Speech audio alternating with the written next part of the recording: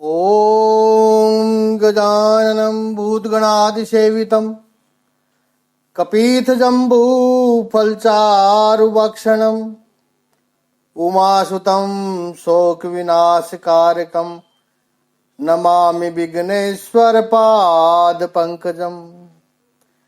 कृष्णाय वासुदेवाय हरे परमात्मने प्रणतः क्लेशनाशाय गोविंदाय नमो नमः।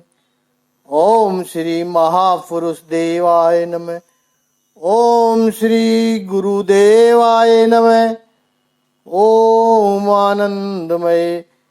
ओम शांतिमय।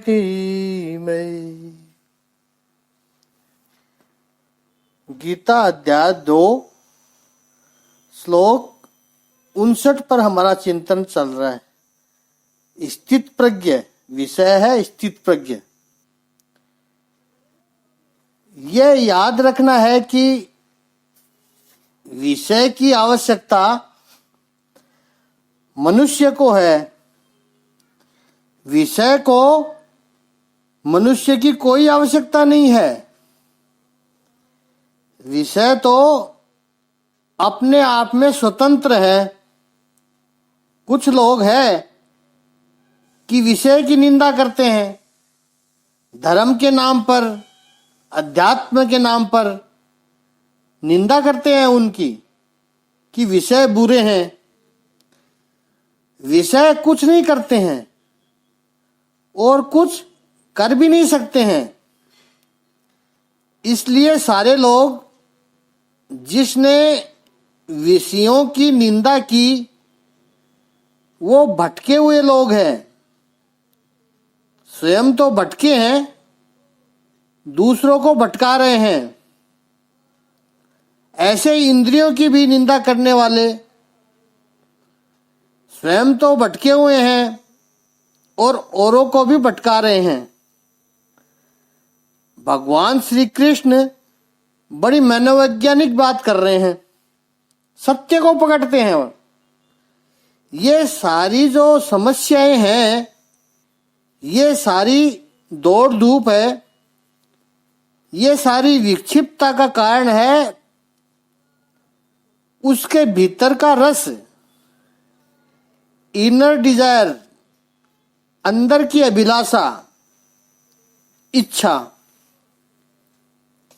जैसे पुष्प को देखने की आपको कोई अभिलाषा नहीं है, कोई इच्छा नहीं है, तो आप पुष्पों के बगीचों में से निकलोगे तो भी आपको कोई फर्क नहीं पड़ेगा, क्योंकि आपके भीतर रस ही नहीं है उनको देखने का।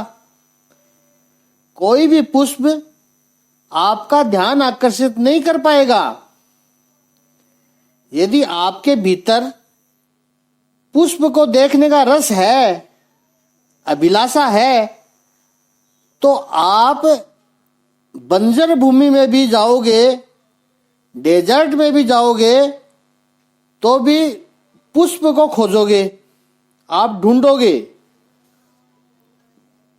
संभव है आपको भ्रम भी हो जाए।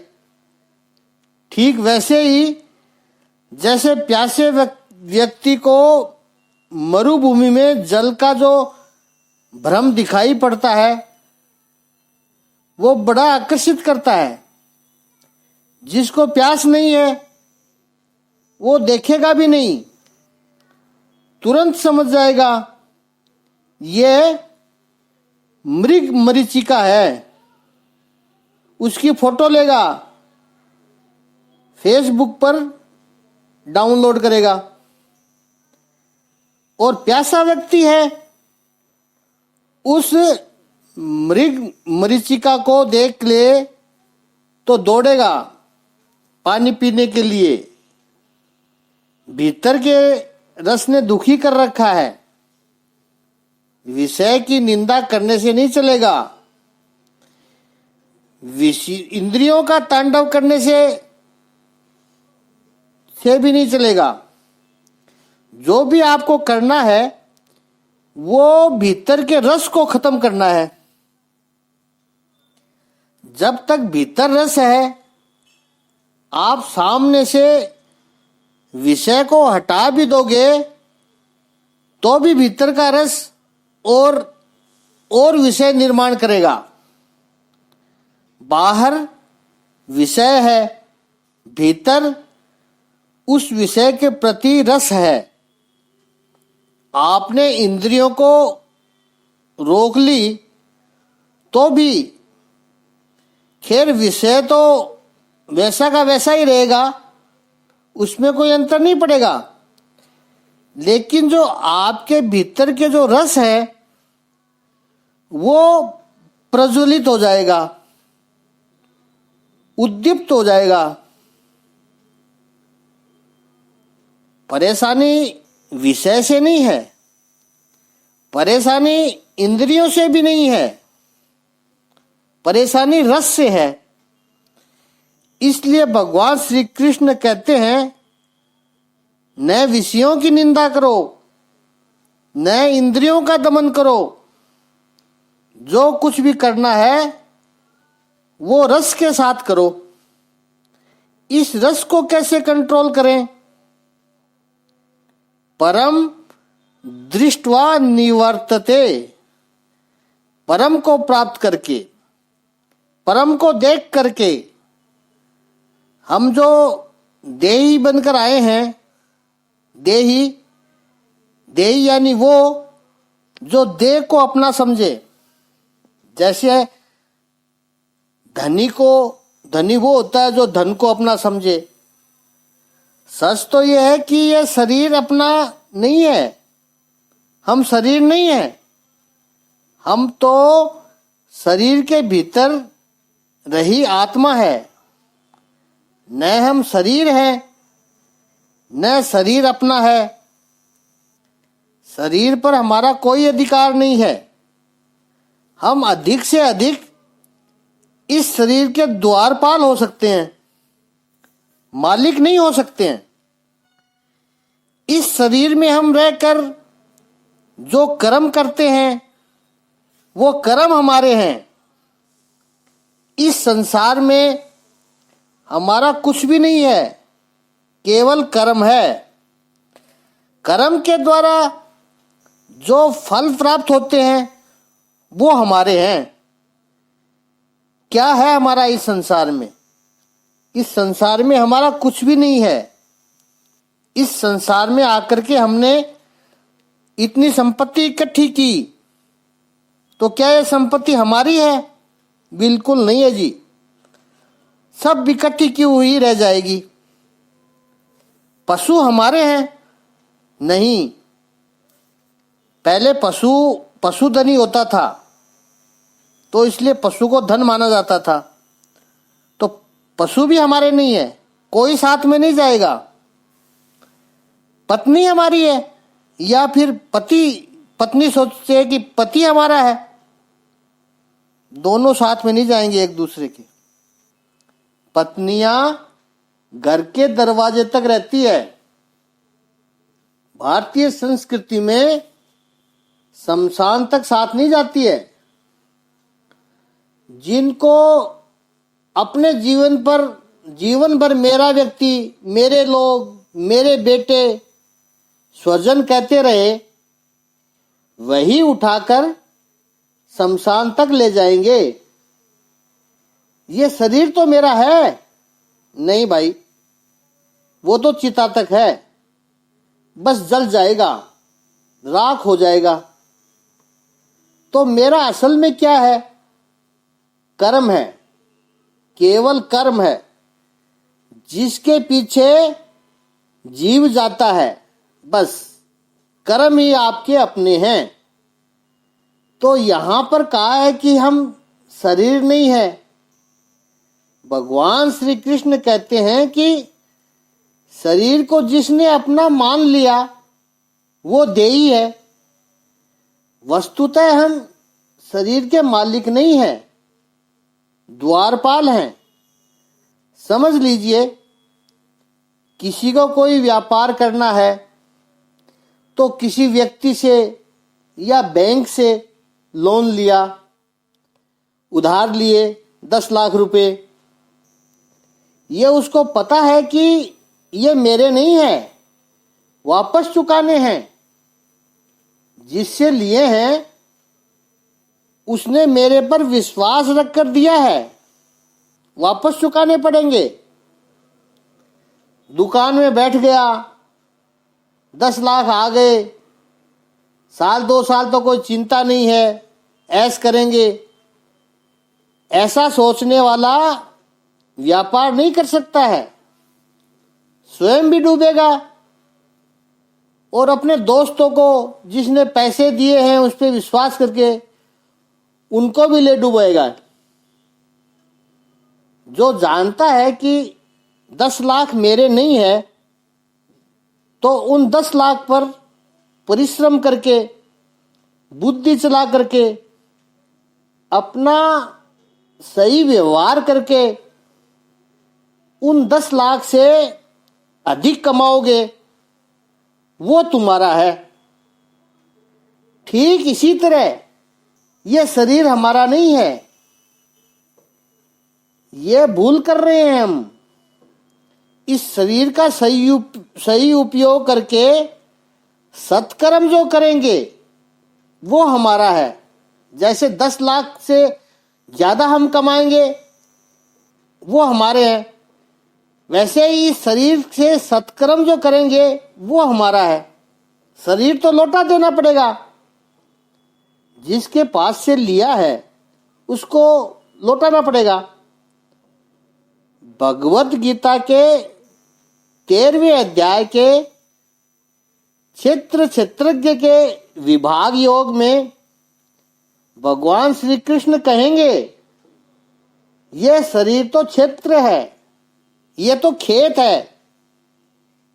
ये जितने भी सारे खेत है, जितने भी सारे शरीर है, उन सब का मालिक मैं हूं, क्योंकि मैं जानता हूं। ये 13वां अध्याय आएगा तब देखेंगे, इसमें और आनंद लेंगे। इतना ध्यान रखना है, जैसे व्यापार करने के लिए 10 लाख लिए तो वो 10 लाख मेरे नहीं है। उन 10 लाख का मैं मौज कर लूं, मजा कर लूं, नहीं कर सकता हूं। उन 10 लाख का सदुपयोग करके उनसे ऊपर जो कमाया वो मेरा है, शरीर मेरा नहीं है। केवल शरीर की मौज मजा नहीं कर सकता हूं, लेकिन शरीर का सदुपयोग करके जो सत्कर्म किए वो सब मेरे अपने हैं, साथ में जाने वाले हैं। अब इस शरीर में भगवान ने स्वतंत्रता दी है। आप पुण्य भी कर सकते हो, पाप भी कर सकते हो, आप स्वतंत्र हो। जो व्यक्ति भूल जाता है शरीर मेरा नहीं है, जो व्यक्ति गलती से यह मान लेता है कि शरीर मेरा है, वो पाप के कर्म करने लगता है। लेकिन जो व्यक्ति सावधान है, ये शरीर मेरा नहीं है, ये शरीर तो मुझे केवल उपयोग करने के लिए मिला है, वो हमेशा सत्कर्म करेगा और सावधानी पूर्वक करेगा, जागृति पूर्वक करेगा, वो पुण्य के मार्ग पर चलेगा। अब जिसने शरीर को अपना माना, वो स्वाभाविक है कि इंद्रियों को भी अपना मानेगा। और जो भीतर से रस उत्पन्न होता है, रस के पीछे दौड़कर इंद्रियों को भी विषयों के पीछे ही लगाता रहेगा और धीरे धीरे वो अधः पतन की गर्त में चला जाएगा। लेकिन जो समझता है कि शरीर मेरा नहीं है, तो उसके रस की दिशा ही बदल जाएगी। जैसे आप किसी काम के कारण कोई शहर में गए हो और तुम्हारे मित्र ने तुम्हें 2 दिन के लिए अपनी गाड़ी दी है, जहां जाना है जाओ, ये गाड़ी का तुम 2 दिन इस्तेमाल कर सकते हो, 2 दिन मेरे को गाड़ी नहीं चाहिए, बस केवल 2 दिन। अब आपको पता है कि गाड़ी 2 दिन के लिए मिली है, काम की पूरी लिस्ट आपके पास है और अलग अलग जगह पर जाना है, तो गाड़ी का हो सके उतना उपयोग कर लो, जितने काम निपटाने हैं निपटा लो। ऐसी स्थिति में आप गाड़ी को कोई गलत जगह ले जा सकते हो? नहीं ले जाओगे। आप कोई टाइम वेस्ट करोगे?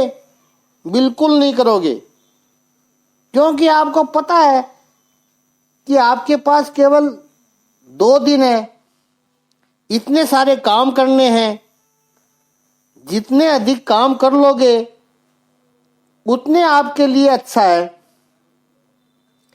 तो गाड़ी का जितना अच्छा उपयोग कर सको करोगे, बस यही है। भगवान ने 100 साल के लिए ये गाड़ी दी है, शरीर रूपी गाड़ी दी है। 100 साल मान लो, 80 साल मान लो, एवरेज में 75-80 के बीच में मान सकते हैं। उतने साल के लिए ये शरीर रूपी गाड़ी भगवान ने हमें दी है। और सत्कर्मों की लिस्ट बड़ी है, उसमें सबसे बड़ा काम है परमात्मा से साक्षात्कार करना। ये शरीर रूपी वाहन से हो सके उतना सत्कर्म करके परमात्मा को प्राप्त कर लो। समय बहुत मर्यादित है, फिर आप उस गाड़ी को लेकर आलतू फालतू जगह नहीं जाओगे, क्योंकि आपको पता है काम की पूरी लिस्ट पड़ी हुई है।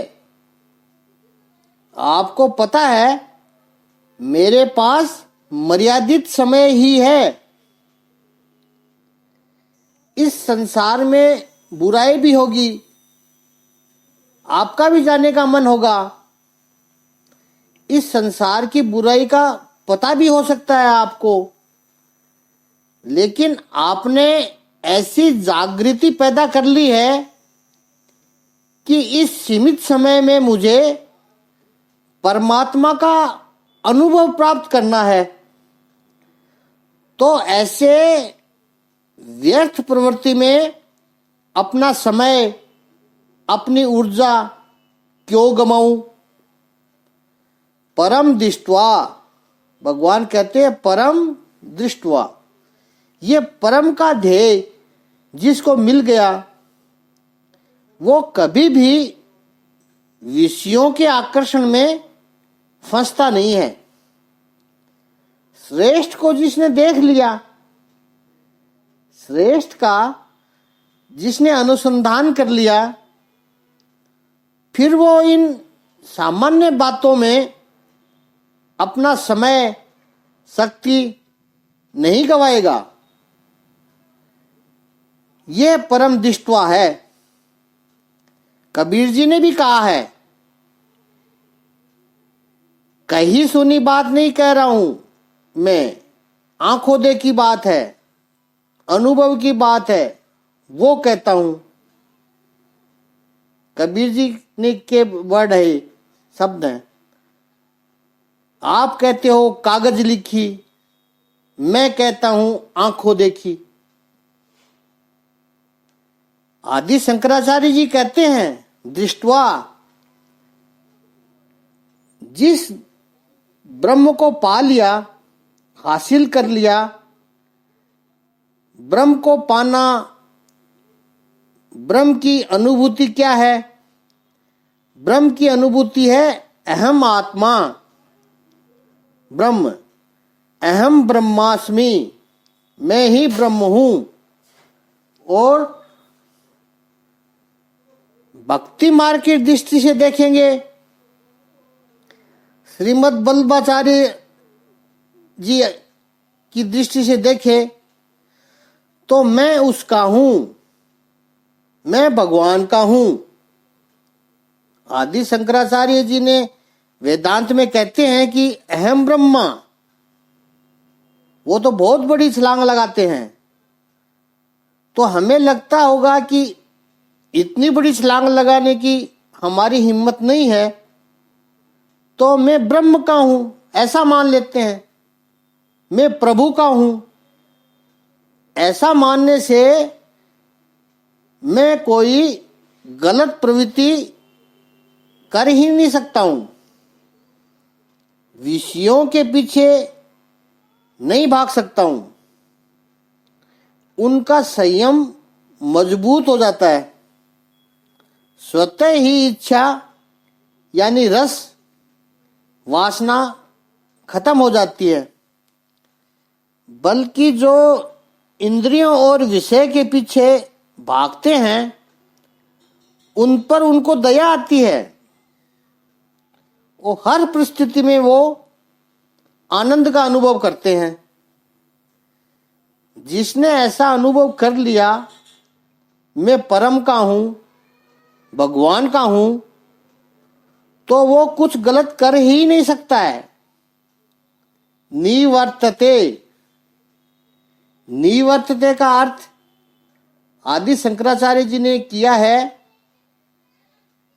कि विषय विज्ञान निर्बीज हो जाते हैं। निर्बीज हो जाते हैं मतलब बीज ही खत्म हो जाता है।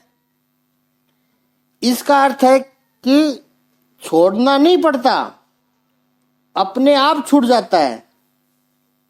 कैसे? ठीक वैसे ही जैसे 5 वर्ष का बालक हो, 50 रुपए की गाड़ी लेकर के पूरे घर में घूमता है, अच्छा लगता है, प्यारा भी लगता है वो। लेकिन वही बालक जब 25 वर्ष का जवान हो जाए, तब वो 50 रुपए वाली गाड़ी लेकर के घर में घूमे तो चिंता का विषय बन जाता है। अस्पताल ले जाओ, इसके दिमाग को ठीक करो।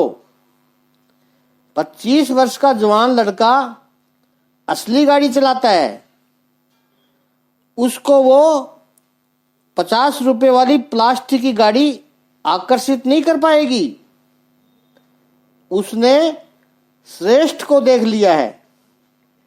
जिसने असली हीरे को देख लिया, उसको भला कांच के टुकड़े कैसे आकर्षित करेंगे? जिसने परमात्मा के साथ अपना संबंध जोड़ लिया, उसे ये विषय आकर्षित नहीं कर सकते हैं। उसने छोड़ा नहीं है, छूट गए हैं। तकलीफ तब होती है जब छोड़ने की बात आती है, ये छोड़ो वो छोड़ो। लेकिन जब अपना ध्रुवीकरण परमात्मा के साथ हो जाए, तब अपने आप ये निकृष्ट चीजें जो है वो अपने आप छूट जाती है। भगवान कहते हैं परम दृष्ट्वा निवर्तते, और वो आनंद अनूठा होता है, वो अनुभव का विषय है। जबरदस्ती छोड़ने वाले को वो अनुभव क्या है, वो आनंद क्या है, उसका पता नहीं चलेगा। जिसने अपने भीतर का विकास कर लिया, अपने आप छूट जाएगा। असली गाड़ी चला रहा है जो, वो 50 रुपए का खिलौना अपने आप छोड़ देगा, उसको कहना नहीं पड़ेगा। और 5 वर्ष के बच्चे से वो गाड़ी खींचोगे तो वो रोएगा। संसार में आज धर्म के नाम पर वो ही हो रहा है। जिसका संसार में रस बना हुआ है, उस व्यक्ति से कहते हो कि विषय छोड़ दो, तो लोग विषय को तो नहीं छोड़ पाते हैं, धर्म से दूर भागने की कोशिश करेंगे। वो कहते हैं धर्म की बातें अभी नहीं करनी है, अभी जिंदगी के मजे ले रहे हैं, अभी रस है, संसार में हमारे लिए बहुत रस है, उसका आनंद ले रहे हैं। जब रिटायर हो जाएंगे तब देखेंगे क्या करना है। ये पूरी प्रक्रिया ही गलत है।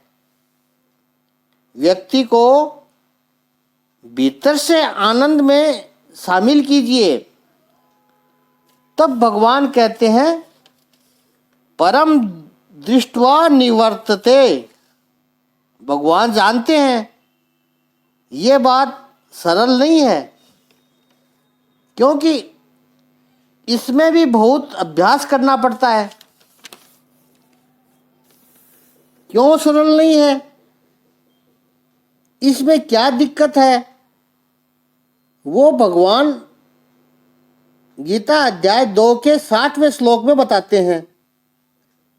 गीता अध्याय 2 श्लोक 60 का शाब्दिक अर्थ है कि हे अर्जुन, इंद्रियां इतनी प्रबल तथा वेगवान है कि वे उस विवेकी पुरुष के मन को भी बलपूर्वक हर लेती है